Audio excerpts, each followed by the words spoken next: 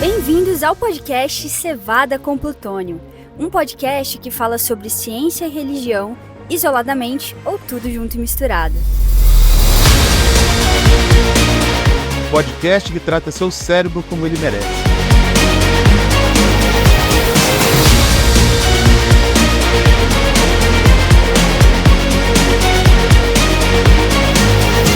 Olá, tudo bem com vocês? Bem-vindos a mais um episódio do podcast Cevada com Plutônio, o podcast que trata o seu lobo pré-frontal da maneira como ele merece ser tratado. Agora, no nosso episódio de número 26, estamos aqui hoje falando sobre um tema super importante, muito bacana, e convidamos aqui um amigo que já esteve conosco lá nos primeiros episódios do podcast Cevada com Plutônio. Você vai lembrar do episódio 2, quando nós falamos sobre o Dia do Senhor em Apocalipse. Felipe Lemos esteve conosco lá atrás no episódio 2. Se você não escutou esse super episódio, volta lá, procura lá no Histórico, você vai encontrar, escute esse podcast sem querer puxar a sardinha para o nosso prato. Foi um podcast sensacional, informações importantíssimas aqui com Felipe Lemos, também naquele momento com o Dr. Eduardo Cavalcante. Mas hoje está aqui novamente Felipe Lemos. Ele é jornalista, ele é pós-graduado em estudos teológicos e também mestre em comunicação. E hoje nós vamos falar sobre como estudar as profecias bíblicas, né? As profecias bíblicas. Tudo bem, Alex? Prazer estar com vocês. Vamos falar desse assunto que me empolga bastante, que é profecias bíblicas, né? Principalmente falando de Apocalipse, Daniel, mas de maneira geral sobre profecias bíblicas. Prazer estar aqui de novo, é sempre uma honra e uma alegria. Legal, né? Eu acho que uma grande coisa bacana, né, da gente estudar as profecias é que tem esperança, né? Mas depende da escolha que você vai fazer. Eu acho que é isso, né, Felipe? Se você entender profecias bíblicas do jeito certo, você vai ter esperança. Agora, se você não entender muito bem, você vai ficar com medo e aí vai detestar estudar profecias e vai se afastar do texto, o que não é nada bom. Então, vale muito a pena estudar, porque as profecias com certeza produzem esperança. Aliás, para isso que elas foram dadas para nós, né? Legal. Felipe, a gente tem, enquanto a gente estava preparando o tema desse podcast, né? E é um podcast que a gente já vem sonhando com ele há meses, né? Enfim, Felipe aí andou com a agenda bem lotada, literalmente foi para o outro lado do mundo, né? Estava trabalhando aí, servindo a igreja em outros países e a gente vem tentando gravar mais um podcast com ele. E nesse interstício todo a gente vem conversando, vem batendo uma bola aí, tem vários temas aí que o Felipe pode falar com a gente. A gente já vai fazer aqui um convite no ar aqui, né, ao vivo não, porque a gente está gravando, né, mas vamos fazer um convite no ar aí para ele vir falar em outro momento sobre riscos, né, vamos falar sobre gestão de riscos e tal, que é outro tema que ele domina bem aí no campo profissional e tal, é a área de atuação dele. Mas enquanto falávamos também sobre riscos, falamos sobre profecias e discutimos. Eu acho que talvez, Felipe, a primeira pergunta que a gente poderia colocar para você aqui é a questão, assim, porque você pode estudar profecias, né, mas nem todas são profecias bíblicas, né? Então, assim, vou falar, você entende profecias, você gosta de profecias? Eu acho que a resposta é depende, né? Porque profecias aí, a não ser que você tenha uma predileção, um conhecimento aí que a gente conhece sobre Nostradamus, por exemplo, nessas profecias maias também. Eu acho que a gente entende de uma categoria só de profecias, né? Como é que é isso? Bem colocado, Alex. Essa questão é muito interessante, porque quando você fala de profecias tem que ser bem específico, pelo menos aqui em relação à área de estudo que a gente entra mais, que é profecia bíblica. Isso existe profecias aí, como você falou, Nostradamus, existe profecias relacionadas à civilização maia, existem inclusive profecias no Extremo Oriente, existem várias religiões que têm dentro delas profecias, inclusive existe uma escatologia em muitas religiões. Só que o que nós vamos falar aqui, ou que pelo menos a área em que eu me propus a estudar um pouco mais, foi a escatologia dentro da visão bíblica cristã. Então a gente tem que sempre fazer essa diferenciação, porque os pressupostos são totalmente diferentes, né? Profecia, por exemplo, maia, ela não tem nada a ver com o tipo de interpretação que se faz em relação à Bíblia, por exemplo. São outros pressupostos, são outras formas de se enxergar o próprio mundo ao seu redor. Então você não vai conseguir entender profecia maia pela Bíblia. E misturar uma coisa com a outra geralmente não faz sentido nenhum. Então a mesma coisa Nostradamus, que era uma outra ideia de as centúrias lá, o sistema que ele elaborou para prever o futuro, para predizer o futuro. Então, tem muita diferença mesmo. A profecia bíblica é algo bastante singular, tem muitas características, mas é interessante que existe uma lógica por trás das profecias bíblicas. Isso aí que é legal, não é um absurdo, não é uma coisa assim que vem sem, assim, no vácuo, né? Ela tem uma espécie de uma metodologia para você compreender, né? Pelo menos existem até várias linhas de interpretação, mas existe uma lógica por trás das profecias bíblicas. Qual é a grande diferença de uma profecia bíblica e de uma profecia das demais qualquer aí, né? Porque acho que a gente pode fazer alguns cortes hoje para a gente poder delimitar um pouco o nosso assunto, entender um pouco melhor. Acho que o primeiro corte que a gente pode fazer é esse, né? Justamente, é profecia bíblica e as outras. Por que profecia bíblica e por que não as outras? Ou será que eu posso abranger as duas? Será que eu consigo conciliar as duas, né?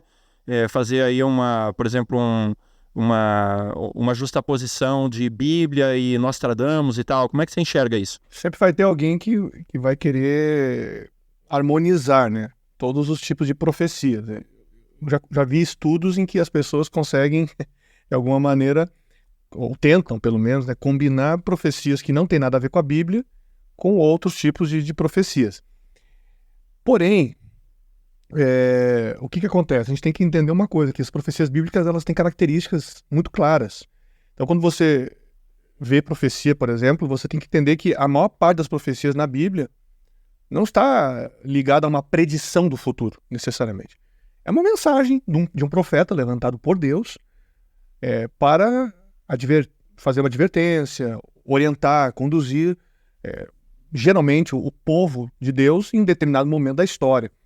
Então, essa é uma primeira característica. Uma outra característica é que as profecias bíblicas, geralmente, elas têm uma preocupação em confirmar o cuidado de Deus com os seres criados por Ele ao longo da vida, ao longo da história. Então, e Deus é o que tem o controle da história. Essa é uma característica muito forte das profecias bíblicas. Exemplos básicos estão em Daniel, capítulo 2, por exemplo, Apocalipse. Você vê que Deus mostra um controle da história, mostra ele como um senhor da história, no capítulo 4, capítulo 5 de Apocalipse, por exemplo, entre outros lugares também, né?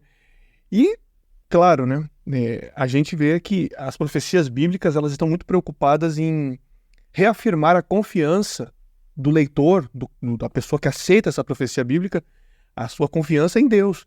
Ela nunca projeta a confiança da pessoa para o profeta. Ela sempre projeta a confiança para Deus. Então, isso é muito forte também. O grande protagonista da profecia bíblica não é o profeta. Isso é uma coisa interessante. O grande protagonista é Deus.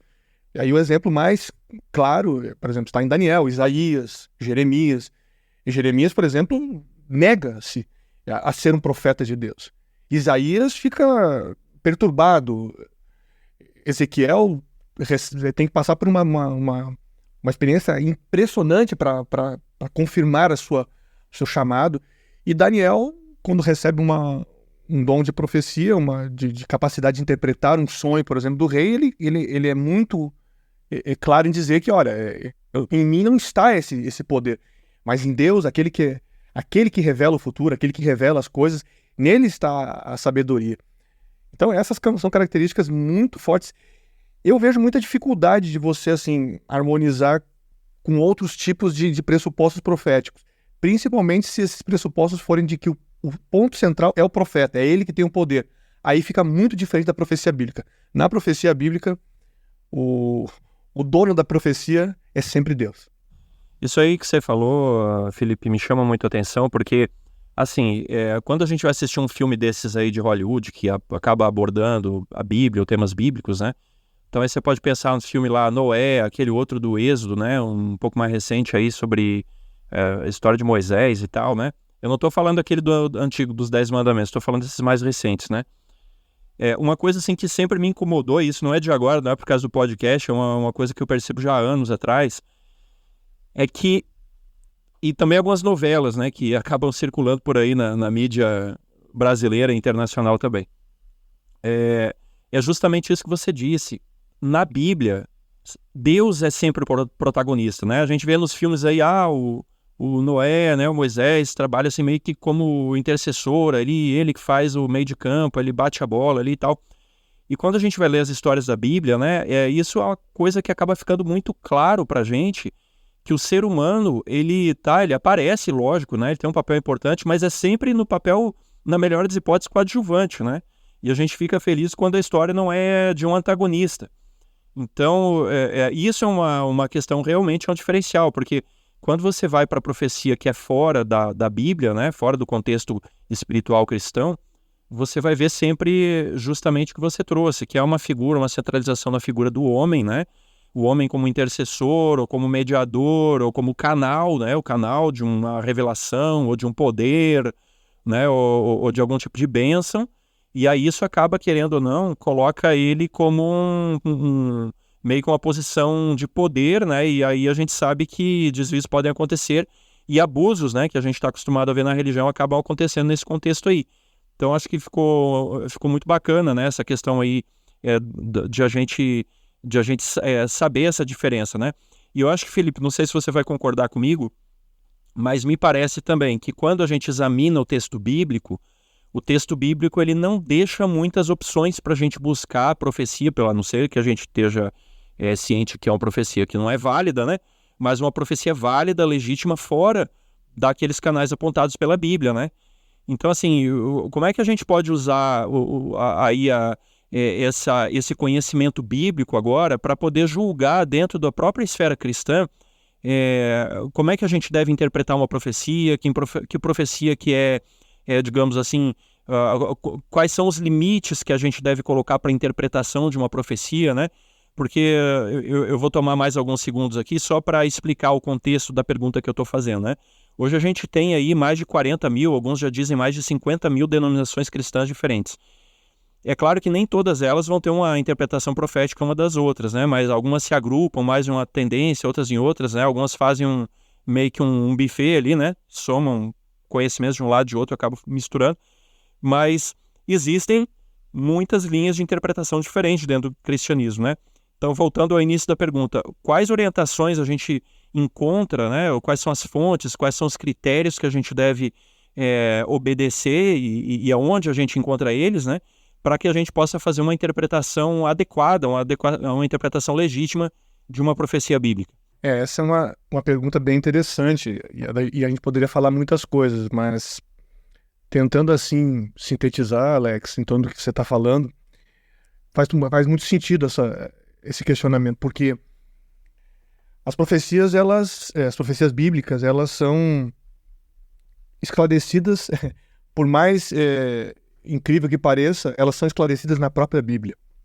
É porque a coleção de livros, de 66 livros que nós chamamos de Bíblia Sagrada, e que, enfim, as diferentes religiões trabalham um pouco diferente, os judeus vão falar só de Bíblia hebraica, eles consideram o que nós conhecemos como Novo Testamento, enfim, existem alguns que vão colocar alguns livros a mais, os pseudoepígrafos, os apócrifos e tal.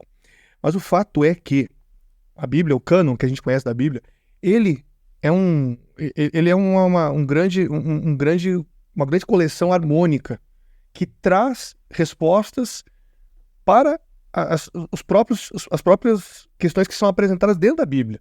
Então, uma profecia bíblica ela é interpretada por outros textos bíblicos. Então, quando você vai, por exemplo, vamos pegar o livro do Apocalipse, que é o Apocalipse de João, né?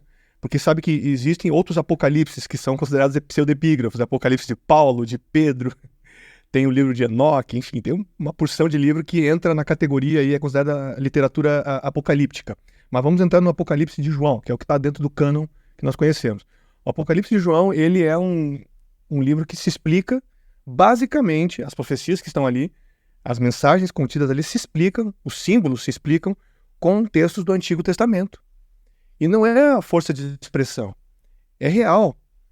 Tem trechos inteiros do livro do Apocalipse que são muito semelhantes a trechos dos livros de Jeremias, Ezequiel, partes que são ecos, né? A gente fala que são ecos, ou seja, ecoam textos de Deuteronômio, Levítico. Isso nós estamos falando do Pentateuco, os livros lá que são atribuídos cuja autoria é atribuída a Moisés. Então, às vezes a gente tem que tomar um pouco de cuidado quando se fala em interpretar profecias bíblicas. Existe uma cultura, né, que já vem há muitos anos e não nasceu ontem. Não nasceu hoje, aliás, nasceu há muito tempo. É uma cultura de olhar para elementos externos, ideias humanas, até muitas vezes o noticiário, e aí você pega um fato que aconteceu e tenta encaixar dentro da narrativa bíblica. Quando, na verdade, você deveria estar olhando aqueles elementos que apareceram no livro do Apocalipse, por exemplo, e procurar quais são os correspondentes em outros livros da Bíblia. E será que nos outros livros da Bíblia já não foi apresentado aquele elemento, aquele símbolo, de uma maneira que você consiga entender o que João, por exemplo, estava querendo dizer no Apocalipse? Esse exercício de intertextualidade, né, como se fala mais tecnicamente, ele é muito importante, ele é fundamental para você não cair no erro ou no perigo de ficar imaginando coisas, deduzindo a partir dos seus pressupostos, dos seus interesses, da sua forma de enxergar o mundo. Porque você tem que respeitar a autoria, né? Isso é uma coisa muito importante que hoje está começando a ser um pouco esquecida. Há muita relativização de conceitos porque o autor original do texto, a intenção do autor é desrespeitada. Isso acontece com a Bíblia também. Qual era a intenção de João? Como é que João escreveu o Apocalipse? Qual era a estrutura? Qual era o background? O pano de fundo daquele texto de Apocalipse? Todas essas coisas têm que ser levantadas antes de você dizer assim, eu vou interpretar, João. Então eu olho para a besta que veio do mar e eu posso pressupor que significa que eu não devo ir à praia, então. Porque a besta está no mar. Mas de onde você tirou essa ideia? Eu tô exagerando, mas tem igrejas que eu já ouvi falar que em algumas igrejas foi explicado.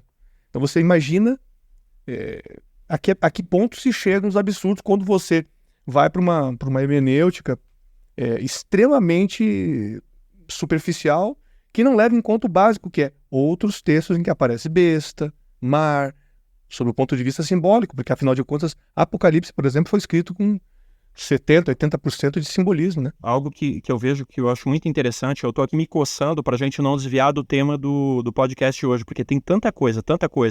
É um assunto tão rico, né? Tão incrível, tão gostoso de a gente falar sobre isso. Por exemplo, um dia, quem sabe, a gente marca um podcast aí e traz algum especialista para falar como é que o cânon foi formado, né? E eu ali, enquanto estava fazendo meu curso de teologia para leigos, aí eu estava estudando, né, um pouquinho sobre o livro, por exemplo, do pastor Emilson dos Reis, né, que ele fala ali sobre a formação do cânon, e é fantástico, é maravilhoso, né? Você entender como é que era lá na época dos judeus, né, dos essênios lá e tal, e os masoretas, e aí vem vindo, depois entra na Idade Média e tal.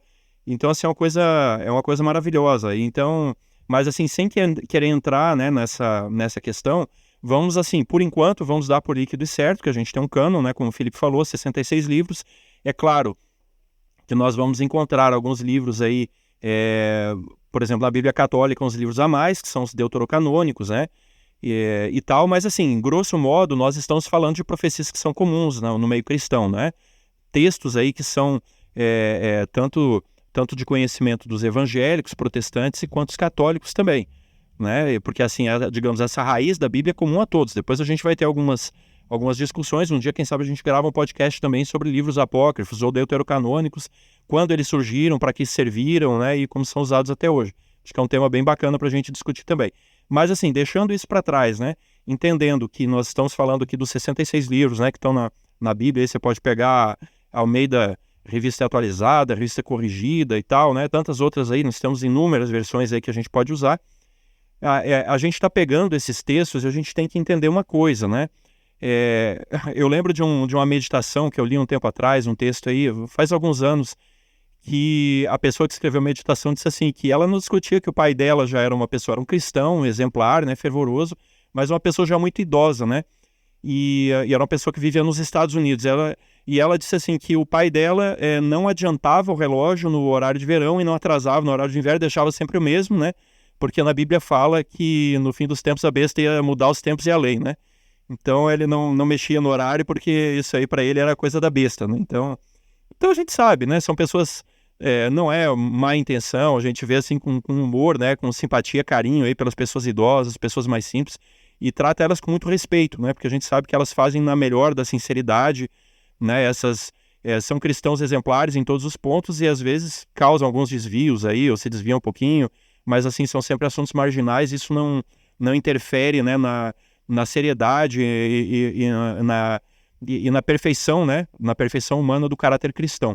Agora a gente também tem outros extremos, né, por exemplo, a gente tem pessoas que pegam um texto lá e olham para o contexto atual e às vezes vão até com interesses outros, né, que não o interesse aí de conhecer a vontade de Deus e realmente aquilo que Deus efetivamente revelou, e começam a fazer aplicações, né? Aplicações aí com objetivos políticos, com objetivos econômicos, com objetivos aí de estruturas de poder quaisquer, né? Que não a estrutura do poder divino, né? Vamos chamar assim. A gente tem ainda outros extremos, né? Então, por exemplo, outro dia eu estava escutando aí um outro conteúdo, né? E a pessoa disse assim, não, mas o objetivo do livro não é esse, né? Então, falando, por exemplo, ali sobre Gênesis, né? A questão da literalidade dos primeiros 3 capítulos de Gênesis.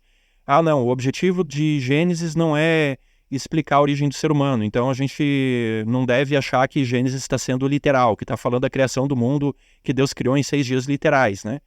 Então, assim, a gente vê extremos de todos os lados, né? Quando você fala assim, a intenção do livro e tal.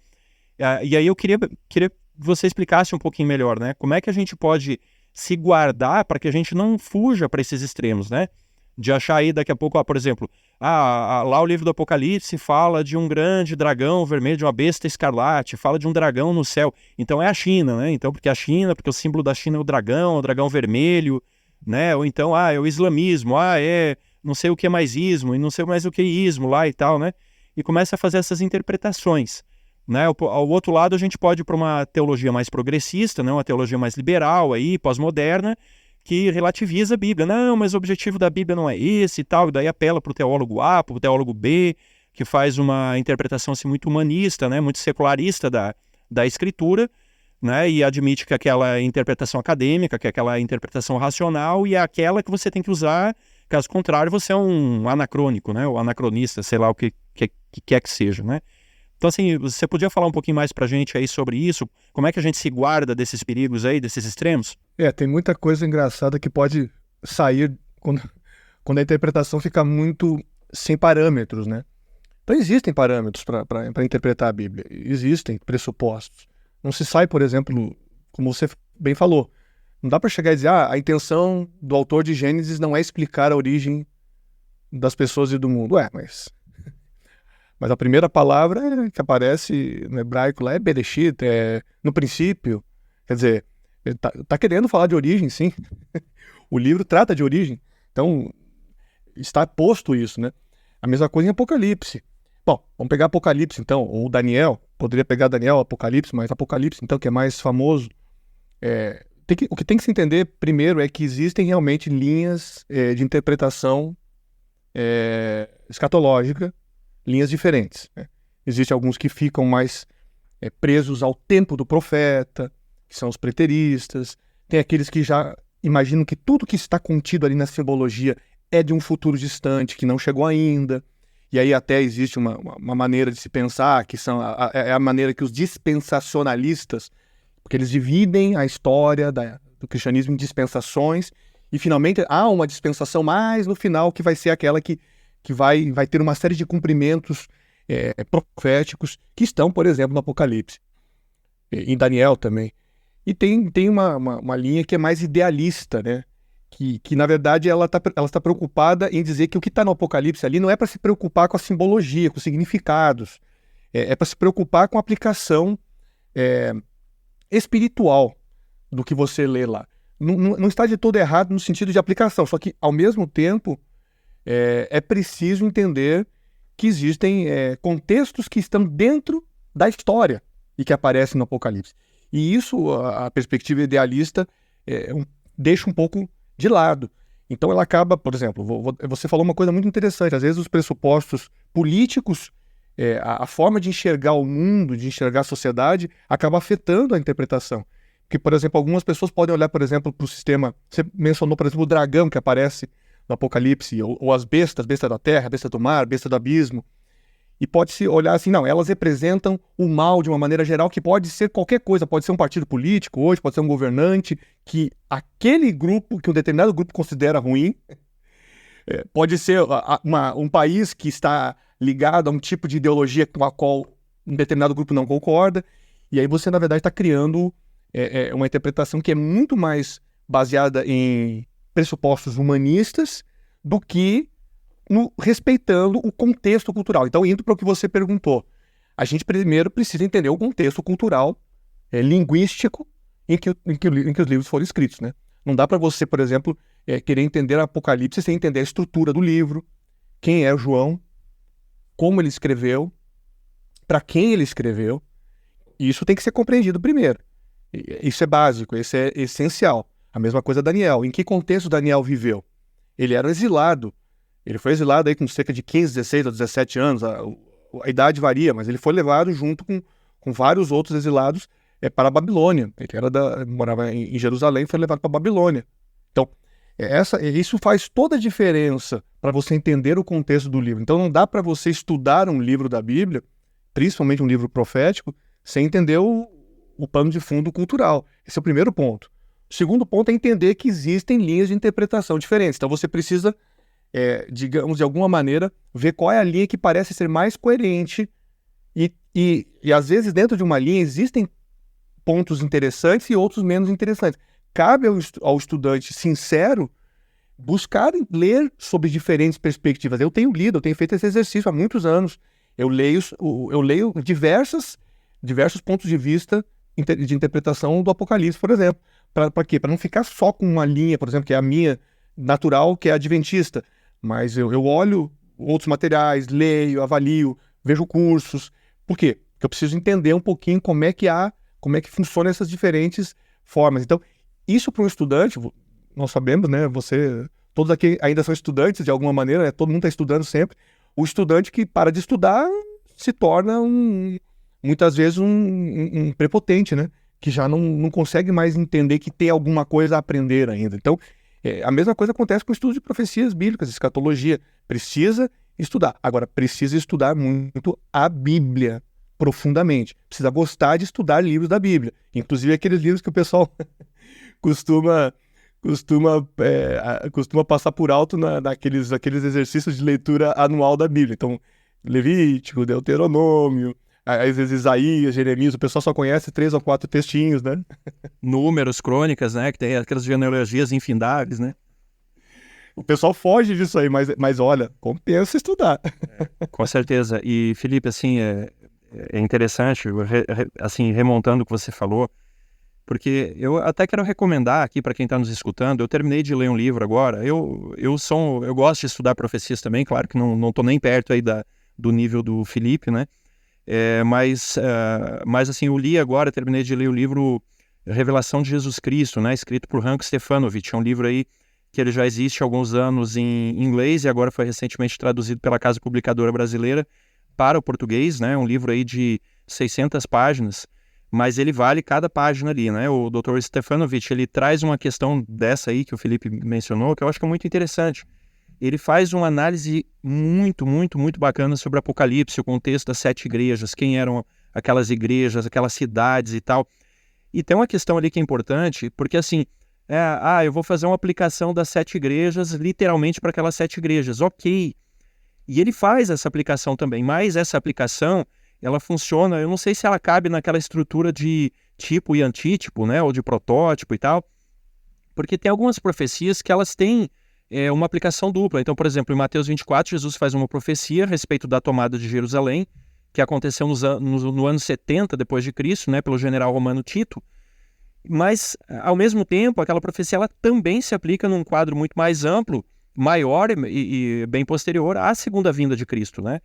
Então, assim, a gente estudar profecia, eu confesso que realmente não é tão fácil assim, né? Porque você vai pegar muitas nuances, é uma riqueza muito grande, quando você vai entender o contexto cultural, aquilo ali realmente abre muitos horizontes, traz muitas informações novas, né? E não é feio, não é errado você buscar ajuda, né? Para estudar as profecias. né? É legal a gente estudar a Bíblia sozinho, precisamos, no fim das contas a nossa decisão, nossa interpretação final é nossa e apenas nossa, né? E ela, talvez ela vai ser um pouquinho do que você colheu ao longo de todo o tempo, mas como a gente pega lá, por exemplo, Filipe, né, que foi pregar para o eunuco estava lendo a Bíblia e não entendia, e aí Filipe perguntou para ele, você está entendendo o que você está lendo? E ele disse, como é que eu vou entender se ninguém me explicar? E aí Filipe entendeu que era a deixa do Espírito Santo, né? E Filipe começa a explicar as Escrituras. E explica justamente o quê? Profecias, né? Explica as profecias de Isaías, né? Principalmente Isaías, mas em todo o Antigo Testamento. E explica para o eunuco, né? E ele então, entendendo que essas profecias haviam se cumprindo na pessoa de Cristo, então aí Filipe faz o batismo, né? De esse eunuco que era funcionário de Candace. E assim deve ser a nossa experiência, não tem problema, a gente tem que estar com a Bíblia na mão. Talvez se o eunuco não tivesse com a Bíblia na mão, o Espírito Santo não teria levado Filipe até ele, né? Então olha a importância, mesmo que você não entenda a Bíblia, mesmo que você não entenda a profecia, fique com a Bíblia na mão, fique com a profecia na mão e busque ajuda, não tem problema, isso aí faz parte, né? Então você vai encontrar aí, por exemplo, na TV Novo Tempo, aí nós temos programas dedicados a profecias, etc e tal, né? Felipe, você concorda comigo? Você tem mais alguma dica aí para falar para aquela pessoa que está nos escutando aqui, eventualmente, seja cristão, não seja cristão, seja adventista, não seja adventista, mas que tem uma dificuldade, tem vontade, mas não sabe o caminho para aprender profecia, não sabe por onde começar, não sabe que critério seguir? Olha, é super importante essa abordagem aí, Alex, porque em primeiro lugar, eu diria o seguinte, olha, não importa qual a sua religião, aliás, nem importa se você tem a religião. Se você quer entender profecia bíblica, a primeira coisa que você tem que entender é que profecia bíblica não é sinônimo de terror, né? Primeira coisa, ela é sinônimo de esperança, tá? Apocalipse, inclusive, por exemplo, que é o livro de João aí, que é também um gênero, né? Ele significa revelação. Aliás, em português a palavra ela não ajuda muito, mas nos outros idiomas tá ali revelation e revelação, revelaciones em espanhol, ou apocalipses, né? Mas revelação é a palavra, né? É o que significa. O grego ali é trazer algo que... é descobrir algo. É descobrir. Essa é a ideia de descoberta que está no texto original em grego para a palavra apocalipse. Então, vá a esse texto sabendo que ele tem algo para revelar. Aliás, o primeiro capítulo, os primeiros 3 versículos do Apocalipse de João dizem a revelação de Jesus Cristo. Então, não há dúvida de que o livro tem que ser revelado. E Daniel faz a mesma coisa. Daniel é um livro também para ser compreendido, porque ele também ele apresenta também esse elemento de interpretação. Então, ambos os livros devem e podem ser compreendidos. O segundo ponto que eu diria, e você falou bem aí, Alex, é estudar, né? Buscar ajuda, buscar bons livros. Esse livro que você citou, esse comentário do Dr. Hank Stefanovic é fantástico, né? Existem outros comentários muito bons também, alguns mais antigos, outros mais atuais. Pesquise. Pessoas que, de repente, já trilharam esse caminho antes. Também, cuidado um pouco com a quantidade enorme de vídeos que aparecem no YouTube, tá? Ou em qualquer plataforma de vídeos, porque existe muita gente que chama qualquer coisa de profecia. E alguns dizem que fazem interpretação escatológica, só que os pressupostos... Quando você vai ouvir, às vezes, uma palestra de 1 hora, 2 horas, você se pergunta, tá, mas a partir do que a pessoa interpretou? A partir de quais parâmetros? Porque não dá para você chegar e abrir assim, não, eu tive uma vontade de falar que determinada parte do Apocalipse significa isso, ou o Daniel quer dizer aquilo. Cuidado, né? Não é a minha vontade, né? Inclusive, Pedro, numa das suas cartas, alerta sobre isso, né? Ele diz que nenhuma profecia provém de particular interpretação, né? Quer dizer, mas homens santos da parte de Deus que foram guiados. Então, tem que tomar um pouquinho de cuidado com algumas coisas, até algumas igrejas, assim, sem nenhum tipo de demérito, mas algumas igrejas as pessoas se levantam e dizem, eu vou profetizar, e aí fala algumas coisas sobre a vida do outro. Cuidado, nem tudo que se chama profecia é profecia, tá? Às vezes uma mensagem que supostamente vem de Deus pode ser simplesmente uma vontade da pessoa de dizer algo para outra e que ela coloca como crédito, ela joga nas costas de Deus uma coisa que ela na verdade quer dizer. Então tem que tomar um pouquinho de cuidado, porque a mensagem de Deus é sempre coerente com aquilo que Deus já revelou. Então Deus não revela uma coisa que contradiz o que ele acabou de falar. Então o estudo merece bastante atenção, né? Eu conheci um pastor que ele disse que quando era solteiro, né, chegou uma senhora na igreja lá e tal, e a senhora tinha umas filhas lá e tal, e ela chegou para ele e disse assim, olha, o senhor me revelou que você tem que casar com essa filha minha aqui, né? E ele... Aí eu pensei assim, que saia, né? Que saia justa aí pra ele. Ele saiu, na minha opinião, ele saiu muito bem. Ele disse assim, a hora que o senhor me revelar a mesma coisa, eu caso com ela. Faltou combinar a revelação com o outro também, né? É isso aí, é isso aí. E tem uma amiga aqui também que ela disse que ela participava de uma outra igreja, uma outra denominação aí, que era comum a pessoa ter revelação, assim, né? Desse jeito que você falou, né? Se levantava e tinha uma revelação e tal. E um dia ela estava num acampamento, num retiro, alguma programação lá da igreja dela, que estava afastada da cidade, né? Estava em um local lá. E aí chegou a notícia, e isso aconteceu aqui no entorno do Distrito Federal, faz alguns anos. E aí chegou uma notícia lá que tinha morrido o filho de uma pessoa lá que estava lá, né? De uma senhora que estava lá dentro desse evento lá da igreja, né?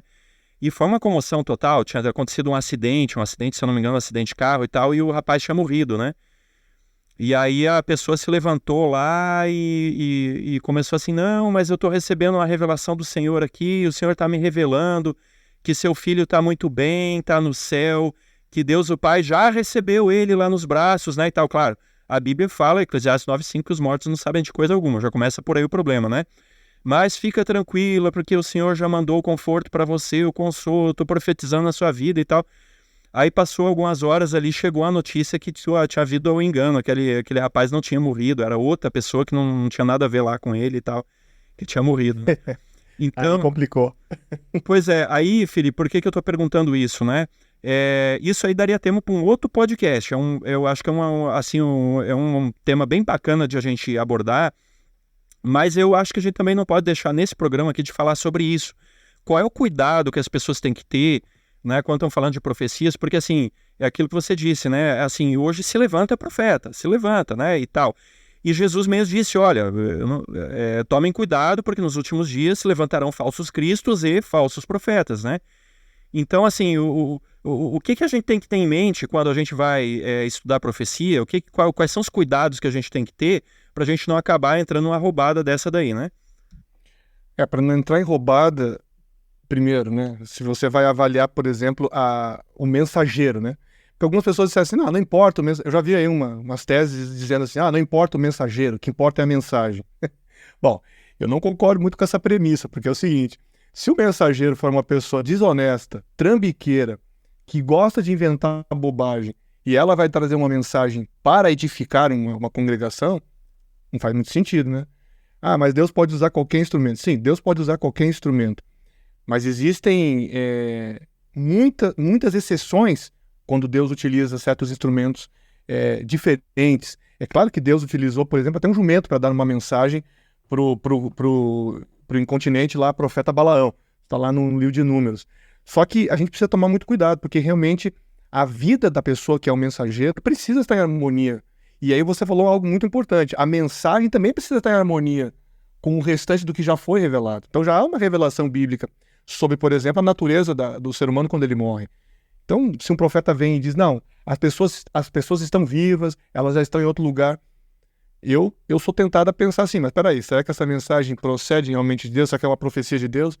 Eu preciso avaliar. Não há muita compatibilidade entre uma coisa e outra. Então, é preciso tomar cuidado. E, acima de tudo, a gente precisa respeitar a intenção dos autores. Isso é muito importante. Quando João, por exemplo, ele menciona, por exemplo, nos capítulos 4 e 5, Jesus sendo entronizado, você precisa entender que aquela cena que está aparecendo lá é uma cena que está acontecendo no céu. Né? Ele vê uma cena que está acontecendo no céu, ele vê as hostes celestiais reconhecendo a Jesus. Você tem que compreender aquilo dentro da perspectiva do que está sendo colocado ali, porque Jesus ascendeu, a narrativa bíblica já traz a morte, a ressurreição e a ascensão de Jesus. Então, fica muito plausível você acreditar que realmente ele poderia ver uma cena de entronização de Jesus. Isso faz sentido. Agora, se você tenta trazer qualquer outra interpretação para lá, sem levar em conta essa realidade, a sua chance de distorcer o texto e ir para um caminho que vai ser muito mais imaginativo e ilusório será muito forte, o caminho será muito mais perigoso, eu diria. Então é preciso respeitar a autoria dos textos. Veja, na verdade, Deus é o grande autor e com vários escritores, né? Com diferentes estilos, diferentes tempos, enfim. Essa é uma discussão bem ampla. João era o discípulo amado e tal, escreveu o livro em grego, mas veja, escreveu o livro em grego, mas pensando em elementos que estavam ligados aos judeus. Então isso é outra coisa importante. Algumas pessoas já dizem assim, eu não entendo nada de santuário, isso não importa para mim, por exemplo, não acredito em santuário no céu. Porém, se você for analisar, o Apocalipse é um livro que tem pelo menos 7 ou 8 cenas de santuário, cenas importantes, que introduzem partes relevantes do livro. Então, como que você vai desprezar um conhecimento que é essencial para entender o livro? Que é, por exemplo, o funcionamento do santuário, como aparece explicado, por exemplo, no livro de Levítico e Êxodo e Deuteronômio também. Então, precisa respeitar isso, precisa ter humildade. Lembre-se que você não é, assim como o profeta não era o protagonista, o intérprete também não é o protagonista. Hoje existe hoje não, há muito tempo já existe uma filosofia, uma área da filosofia muito forte que diz que o leitor reinterpreta o texto, né? E isso às vezes é aplicado, por exemplo, para profecias bíblicas e para texto bíblico. Então eu reinterpreto, eu ressignifico o texto. Cuidado! Antes de você querer ressignificar, você tem que entender o contexto daquele texto primeiro. Para depois, se você quiser dar uma inovada, você pode até tentar, mas é perigoso. Felipe, eu vou ser tentado a dizer aqui, né, agora falando um pouquinho como pesquisador, né, e eu trabalhei nas minhas andanças acadêmicas aí, trabalhei com métodos qualitativos.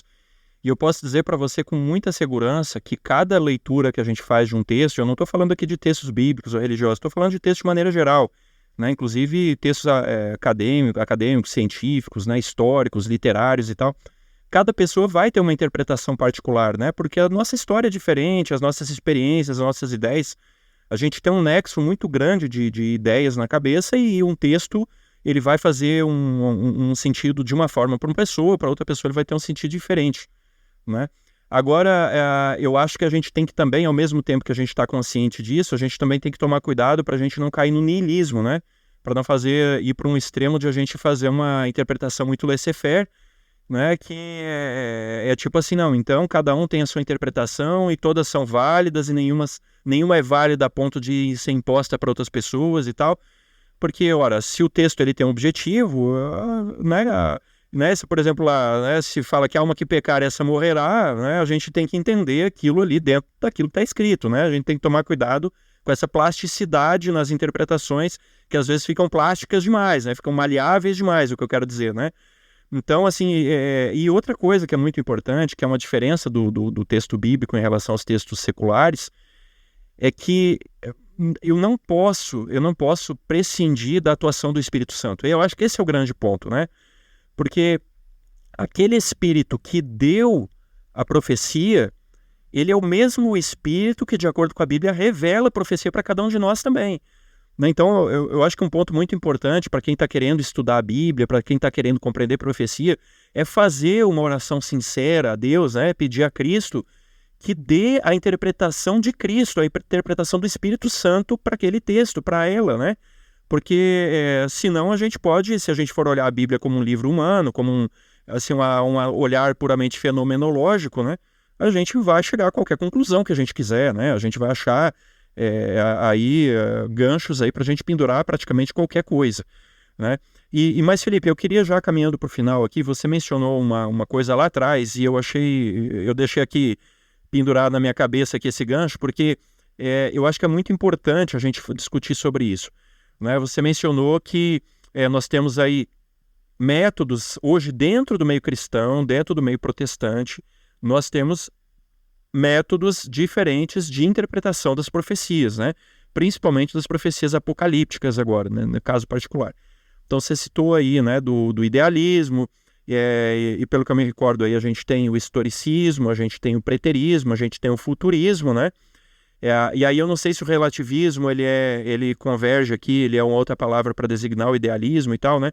Mas eu queria que você falasse um pouquinho pra gente, ainda que brevemente, eu sei que isso aí dariam aí muitas páginas, né, de texto sobre isso, mas falasse para a gente rapidamente sobre essas não necessariamente escrevendo elas, mas nós adotamos, né? Nós fazemos uma escolha quando nós vamos abordar a profecia.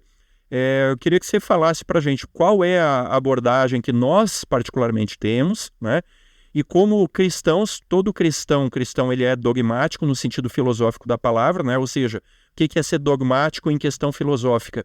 É a gente crer que existe uma verdade, né? Existe uma verdade. Então, nós acreditamos que existe uma verdade e a gente busca interpretar a profecia por meio de umas lentes, né? Ou de lentes específicas. Que lentes seriam essas, né? E por que a gente adotar essas lentes e não qualquer uma das outras aí, que alternativas a gente já viu que tem algumas outras, né? Bom, só queria, antes de falar rapidamente esse ponto, eu queria só ressaltar essa questão que você falou das diferentes interpretações. Eu acho que, na verdade, cada pessoa deve fazer uma aplicação para a sua vida, e a aplicação é que vai produzir um sentido diferente, né?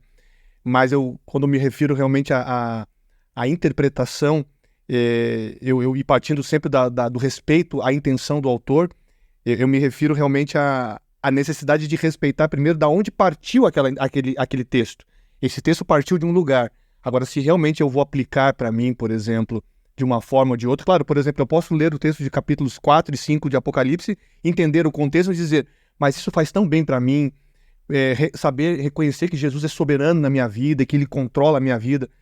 O texto não está falando tanto do controle da sua vida, mas você pode fazer essa aplicação porque o texto vai permitir essa abertura. Mas aí você não está fugindo da interpretação inicial dada pelo texto. Você está aplicando para a sua vida de uma maneira bem pragmática, bem prática, algo que vai edificá-lo e que vai te ajudar no desenvolvimento espiritual. Bom, quanto à questão das linhas, das metodologias de interpretação... Só para deixar claro, tá? Eu entendi a sua colocação, tá? A minha inserção foi mais no sentido... Porque eu sei que tem pessoas que vão por esse caminho, né? É tipo assim, não, você interpreta a Bíblia desse jeito, faz bem pra você, tá ok? Então beleza, cara, então seja feliz. E tá certo, pra você tá certo, entendeu? Então não vem você me impor a tua interpretação, não vem você com a sua teologia e tal, né? E isso é muito comum no momento, na época que a gente vive, né? Até filósofos aí já exploraram essa questão e tal, mas é por isso que eu faço essa pergunta para você, né? Mas realmente estamos de completo acordo aí nessa visão. Sim, sim. Eu vejo que a Igreja Adventista segue há muito tempo a mesma linha que o protestantismo histórico seguia, né? Que é a linha historicista. Historicista em que sentido? Porque assim, vocês, tudo bem, historicista, então quer dizer que pode ser passado, tudo é futuro, é tudo futuro, tudo passado. Nenhum nem outro.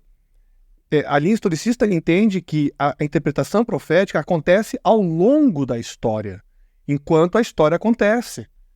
Então, isso é muito importante, porque o preterismo ele tem uma característica de colocar tudo que está descrito, por exemplo, no Apocalipse, em Daniel, no tempo do profeta, ou, no máximo, num tempo muito remoto, sem alusões aos tempos finais, ou seja, sem ter alguma pertinência para os tempos que vêm à nossa frente. Já o futurismo vai para um outro extremo oposto, né? E a linha historicista, que lembro, não é só do Adventismo. Talvez o Adventismo hoje seja o grupo que mais defende, mas ela foi a linha que Lutero, por exemplo, trabalhou, Isaac Newton trabalhou, entre outros teólogos. Não estou colocando Isaac Newton como um teólogo, embora ele também tenha estudado, mas outros teólogos também partilharam desse ponto de vista. Esse ponto de vista... Só uma curiosidade, tá? Só uma curiosidade, o Isaac Newton, para quem tá escutando, o Isaac Newton é aquele Newton mesmo das 3 leis de Newton, tá? Pouca gente sabe, mas Newton ele escreveu mais sobre teologia do que sobre física, né? E ele gostava... especificamente das profecias, né? Ele fez cálculos, inclusive, usando profecias e, de fato, usando o método historicista, né? E o livro dele é muito bom.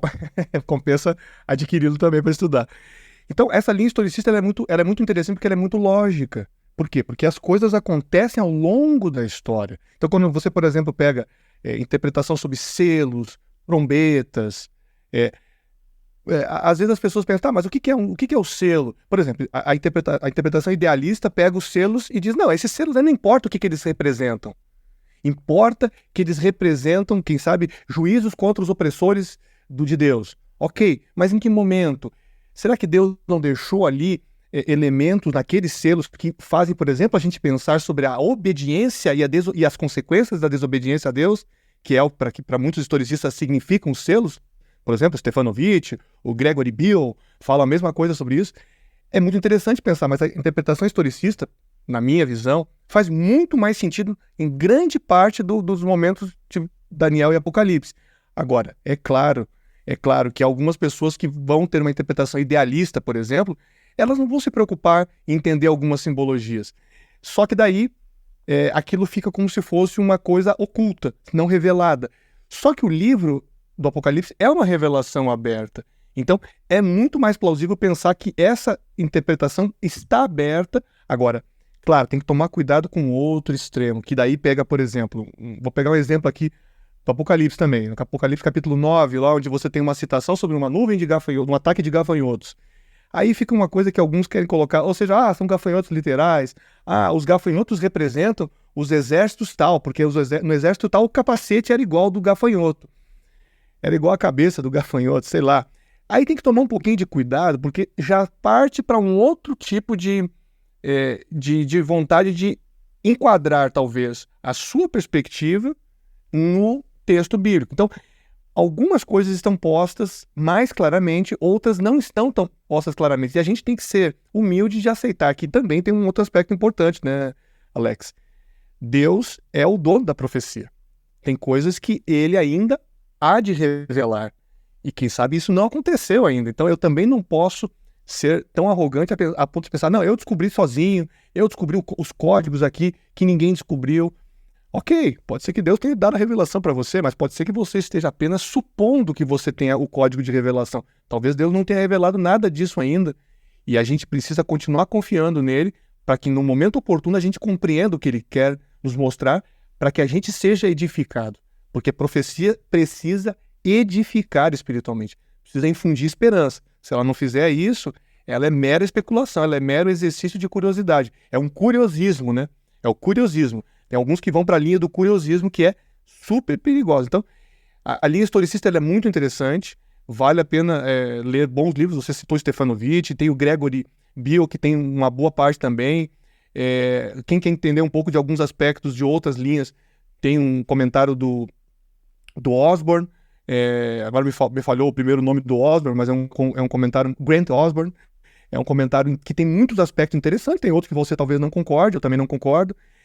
Tem o Gordon Fee, enfim, tem materiais interessantes. Tem o Richard Balkan, que é uma pessoa que já vai, na minha visão, mais para o lado do idealismo, mas se alguém quer entender como é que funciona o pensamento, a interpretação idealista, enfim, eu estou sendo bem sincero e plural aqui de mostrar que existem várias perspectivas, mas eu vejo muito mais plausibilidade na interpretação historicista, porque ela coloca, ela não exagera nem só futuro, nem só passado, e nem uma visão assim tão espiritualizada de cada coisa, mas ela também leva em conta a atuação de Deus ao longo da história, que para mim é uma característica importante de profecia bíblica. Sensacional, Felipe. Rapaz, assim, o nosso tempo está acabando aqui e eu gostaria até de ter mais tempo aqui para a gente poder fazer o nosso podcast, porque tem tanta coisa a ser falada nesse aspecto, né? Quem sabe a gente marca aí futuramente, a gente retornar e aprofundar mais, né? Mas eu só queria fazer uns rápidos comentários, né? Independentemente de qual seja a linha que você está seguindo, profética, né? Você tem que tomar alguns cuidados. Aquilo que você está interpretando tem uma base bíblica para sua interpretação? Hoje eu já vou adiantar, tá? Eu não vou fazer suspense aqui, eu já vou dar o spoiler. Eu não consigo ver outra forma de interpretar a Bíblia de maneira coerente, né? A profecia bíblica, sem ser pelo método historicista, né? Talvez eu esteja sendo aqui até mais audaz aqui que o Felipe, mas qual que é a questão, né? Você tem que manter a coerência interna do texto, você tem que respeitar aquilo que o texto está dizendo, você tem que entender a Bíblia como um todo.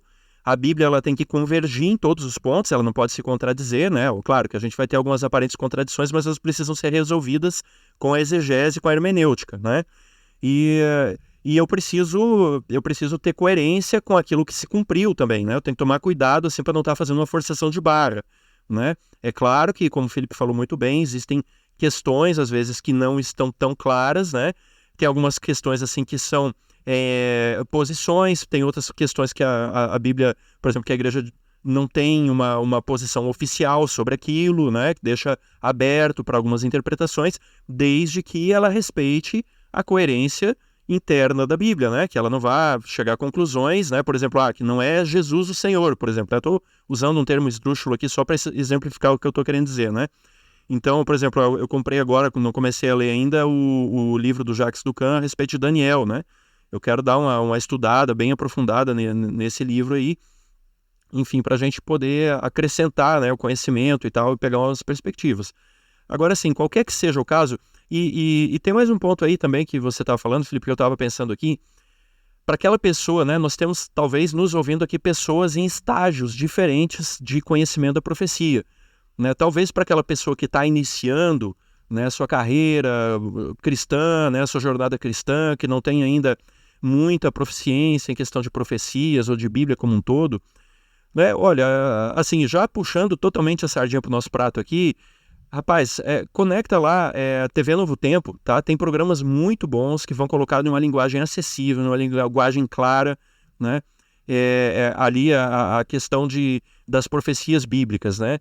Então, tem aí o estudo bíblico, Bíblia Fácil, você pode procurar ali, né, pedir pelo site lá, você entra lá no site do Novo Tempo, pede, você recebe gratuitamente, né, para quem está iniciando a sua jornada, esses cursos aí são maravilhosos, são muito bons, eles vão chegar num nível de aprofundamento bem adequado, né, não vai chegar assim em questão muito acadêmica, né, muito teológica profunda, mas vão conseguir chegar num texto bem adequado, assim, né, para ter um conhecimento bem sólido sobre profecia dentro da perspectiva historicista, né, e aí sim, para quem já está iniciado, vamos dizer assim, né, Felipe, quem já está iniciado, quem já gosta, quem já leu bastante, quem está buscando... Aficionado.